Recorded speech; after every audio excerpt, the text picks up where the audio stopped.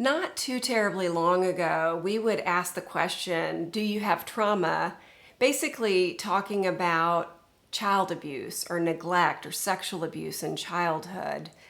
And we thought more of PTSD being really limited to individuals in the military who had had combat exposure, when really any circumstance that leaves you feeling psychological overwhelm, feeling fearful for your life or bodily integrity or that of somebody else, and that could be through direct experience or even hearing about the experience.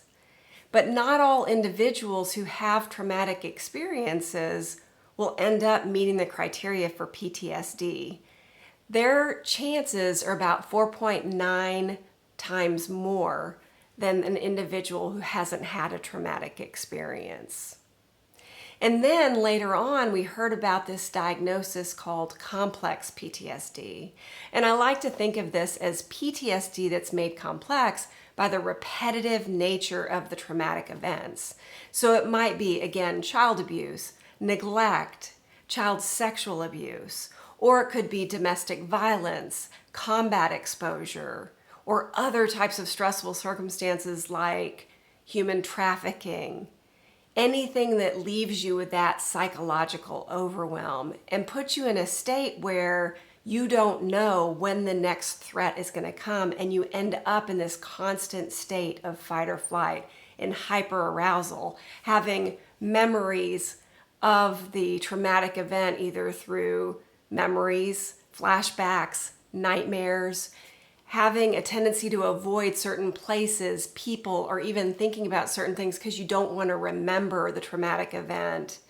And then also having difficulty regulating your emotions or calming down, easily excited and stressed, and then difficulty in relationships and a poor self-concept.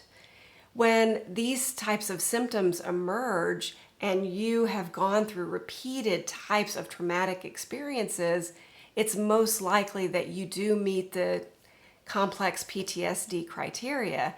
And then you have to start thinking about what those impacts are from that repeated abuse. They're pervasive. There are impacts to your prefrontal cortex where you are able to problem solve and work through things. That's not where your focus is because your amygdala is actually hyperaroused and you're in a state of fight or flight constantly. This is when we talk about the default mode network impacts. Normally, that's where your brain is active when you're idling, you're kind of daydreaming, not thinking about anything in particular. But when you have complex PTSD, what we see is getting stuck in these negative cycles, beating yourself up, ruminating about things. It wreaks havoc on your system. And as we look at each system that is impacted within your nervous system that are seen on these functional MRIs, we see why it's difficult for an individual to regulate emotions, have relationships, trust, have positive self-regard.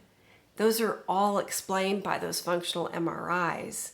So it becomes really, really important to start identifying what those triggers are, trying to minimize those, to listen to your body about what feels right or doesn't, because there's a lot of evidence-based approaches out there, including things like EMDR, that require you to talk about what happened, which sometimes people are not ready to do. If you're highly dissociative, it's probably because you're not ready to face that directly.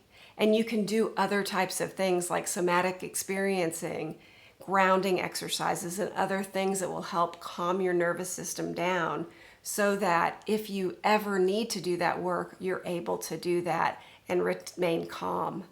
If you want more information about healing from complex PTSD or PTSD, go to my website at www.resolvetorise.com. Feel free to leave comments in the comments section and I will respond.